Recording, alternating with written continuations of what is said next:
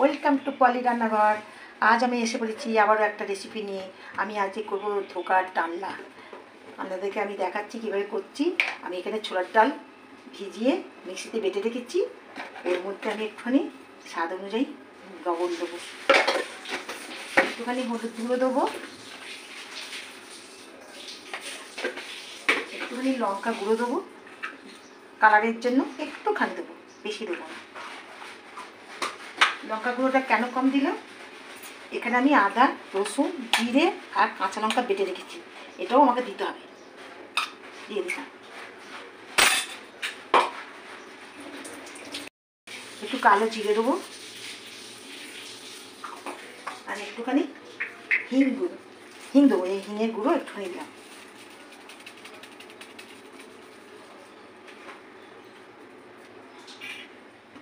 ভালো করে আমি একটুখানি আগে নিয়ে দেবো।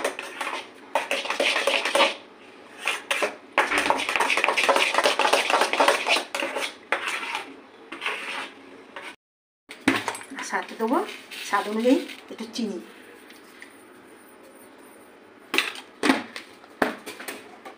জিরে বাটা দিয়েছি যেহেতু, এখানে একটু ধনে বাটা দেবো, ধনে গুঁড়ো আর জাস্ট। সব কিছু একসাথে আমার মাখানো হয়ে যাবে। একসাথে মাখিয়ে দিয়েছি। কড়ার মধ্যে একটু তেল গরম করতে দিয়েছি। এবার এটা আমি বাটাটা সব দিয়ে দেবো।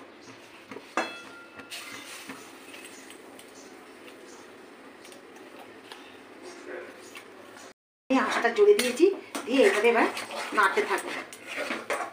খুব তলা ভরে যাবে। ছোলার ডাল বাটা তো, এটা নিরামিষও হয়। আমি একটা আমিষ করে আজ দেখাচ্ছি। আমিষ করেছি বলে রসুন বাটাটা দিয়েছি। আপনারা নিরামিষ করলে সবই দেবেন, রসুন বাটাটা দেবেন না। নিরামিষ করলেও খুব সুন্দর হয়। ভালো করে এটাকে পাক দিয়ে দেবো।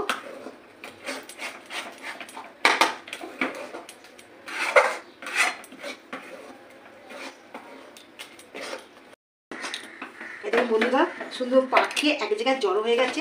যখন দেখবেন জড়ো হয়ে গেছে তখন জানবেন এটা আমার একদম ভালো রকম করে হয়ে গেছে। এই পাকটা খুব দরকার। পাকটা এরকমভাবে জড়ো হয়ে গেলে যখন ভালো রকম হয়ে গেছে, এবার এটাকে আমি এইভাবে আটখানি করে নেড়ে চেড়ে বন্ধ করে দিলাম। এবারে এই আমি থালার মধ্যে একটা থালা নিয়েছি, তার মধ্যে আমি সর্ষের তেল এভাবে গোটাটা ভালো করে মাখিয়ে দিয়েছি। এর মধ্যে আমি এটা ঢাকবো।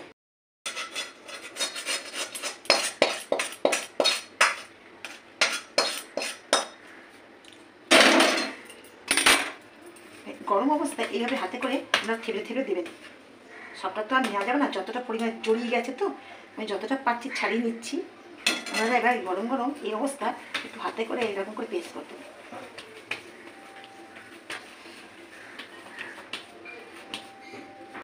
দুটো হাতের সাহায্যে এরকম করে করে আপনারা একটা সাইজ করে বানিয়ে নেবেন। নিয়ে এটা কিছুক্ষণ আমি রাখবো। এটা রাখলে এটা বেশ ভালো জমাটি হয়ে যাবে, তবে পিস পিস করে কাটার একটা পদ্ধতিটা ভালো হবে। এইভাবে ভেতরে পাবেন হাতে পেস্ট করে। এবার এটা ঠান্ডা হতে দেবো। ঠান্ডা হয়ে গেলে পিস কেটে আমাদের দেখাবো। আমরা এটা ঠান্ডা হয়ে গেছে, এবার আমি পিস করবো। এরকম খুন্তি হোক, ছুরি হোক, আপনারা যেটা আমার সুবিধা সেভাবে করবেন। আমি এইভাবে পিস করে দিচ্ছি।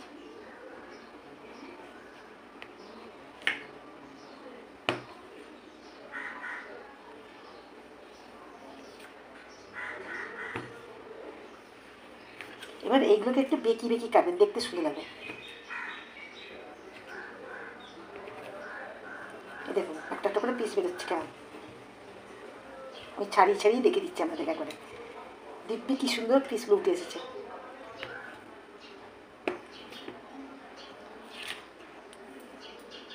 বরফি পপির মতো কী সুন্দর উঠে এসেছে। কত সুন্দর উঠেছে বরফি পপির মতো।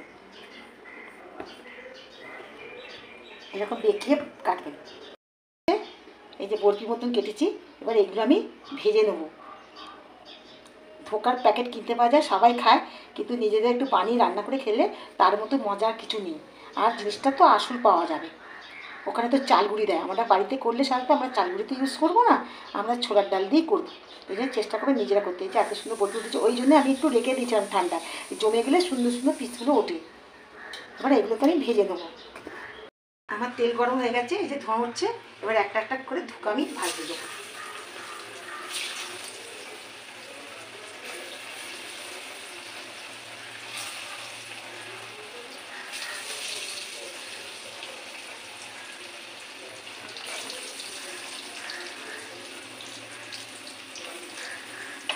ধোকাগুলো আমি ভেজে নিয়ে আপনাদেরকে আবার দেখাবো। বন্ধুরা আমার সব ধোকা ভাজা হয়ে গেছে, এত সুন্দর ধোকা ভাজা ফুল উঠেছে, তার প্রমাণে দেখুন চুপসে যাচ্ছে, সুন্দর ফুল উঠেছিল। আমার অনেকটা ধোকা হয়ে গেছে, আমি কিছুটা ধোকা আবার রেখে দেবো, আবার যখন খেতে ইচ্ছা করবে বার করে খাবো। আপনারাও এইভাবে বেশি হয়ে গেলে রেখে দেবেন ফ্রিজে, ভালো করে যখন ইচ্ছা হবে খাবেন। ধোকা ভাজার তেলটার মধ্যে আমি একটু ফোড়ন দেবো, মধ্যে একটা তেজপাতা ফোড়ন দেবো, শুকনো লঙ্কা ফোড়ন দেবো, দুটো ছোটো এলাচি ফাটিয়ে নিচ্ছি নোড়ার সাহায্যে ফোড়ন দেবো, দুটো দারচিনি ফোড়ন দেবো। এই তেলটা পুরো ছেড়ে দিচ্ছি, কারণ তেলটা তো আমার গরমই ছিল, ধোকা ভেজেছি। এর মধ্যে আমি আলুগুলো আগে পেঁয়াজগুলো ভেজে নেবো, পেঁয়াজগুলো দেবো, পেঁয়াজটা একটু ভেজে নেবো।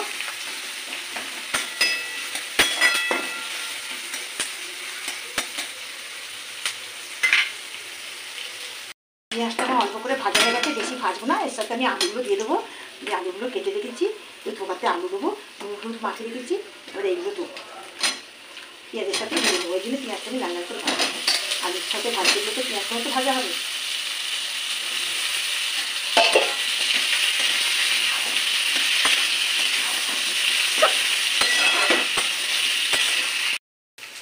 আমার আলু পেঁয়াজ খুব ভালোভাবে ভাজা হয়ে গেছে।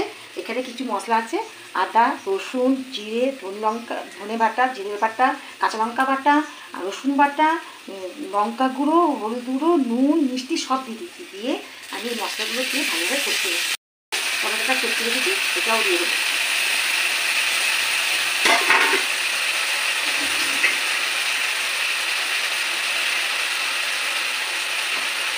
মশলা বাটার জলটা একটু দিয়ে দেবো, ভালো করে কষতে দেবো। আলু পেঁয়াজ ভেজে ঠিক একই মশলা দিয়েছি।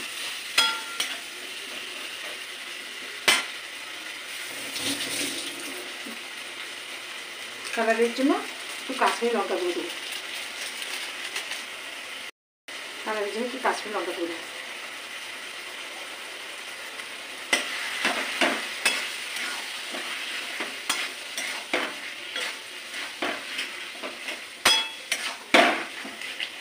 সুন্দর কালার হয়েছে, আর ফোড়নটা দিয়েছি, তার স্মেলটাও খুব ভালো হয়েছে।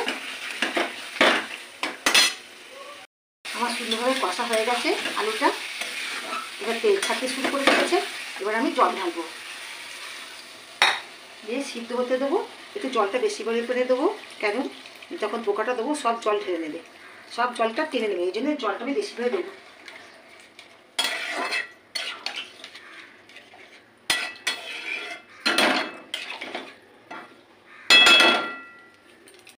চারটে লঙ্কা ওপর থেকে দিয়ে দেবো সাজানোর জন্য, দিয়ে এবার আমি থালা চাপা দিয়ে একটু সিদ্ধ হতে দেবো। মিনিট 15 পর আমি আবার আসবো। আলুটা সিদ্ধ হয়ে গেছে, এবার প্রতিবারে লঙ্কাগুলো একটা করে চাপিয়ে দেবো।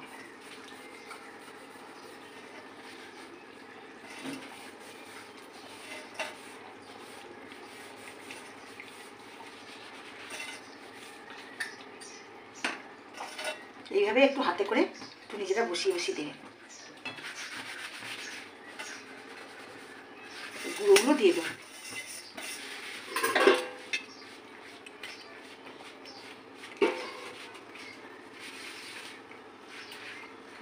খুন্তি দিয়ে আর একটু ভেতরে ভেতরে ঢুকতে গ্রেভিটা ঢুকবে আর জলটাও টানবে, এই জন্য আমি আর একটুখানি জল দেবো, একটুখানি জল দেবো। গ্রেভিটা যে টেনে নেবে ধোকার মধ্যে, একদম গ্রেভিটা থাকবে না, জল দিয়ে দিলাম। দিয়ে আরও মিনিট 5 আমি রাখবো। এবার আমি থালাটা খুলি, দেখি কী অবস্থা হয়ে আছে। দেখুন কি সুন্দর, কি কালারফুল হয়েছে, দেখুন কত দেখতে সুন্দর হয়েছে। তাই ওপর থেকে আস্তে আস্তে নামিয়ে দেবো, এটাই আমার থাকবে। এবার যখন বন্ধ হয়ে যাবে আবার গ্রেভি টানবে। এবার আমি এর মধ্যে একটু ঘি দিয়ে দেবো,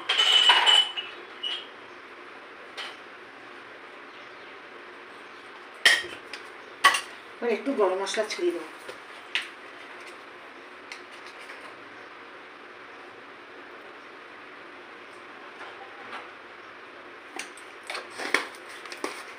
এইভাবে আপনারা একবার ট্রাই করতেই পারেন, ট্রাই করে খেয়ে আমাকে জানাতে ভুলবেন না একদম। আর যদি আমার রান্না ভালো হয়ে থাকে তাহলে একটা শেয়ার অবশ্যই করবে, শেয়ার, সাবস্ক্রাইব আর কমেন্ট করবে। আর আমার পাশে এইভাবে থাকবে, আর ভালো ভালো রান্না দেখবে, আর আমাকে খুশিতে রাখবেন, আপনারাও খুশিতে থাকবেন আমার রান্না দেখে। আর পাশে থাকার জন্য থ্যাংক ইউ সো মাচ।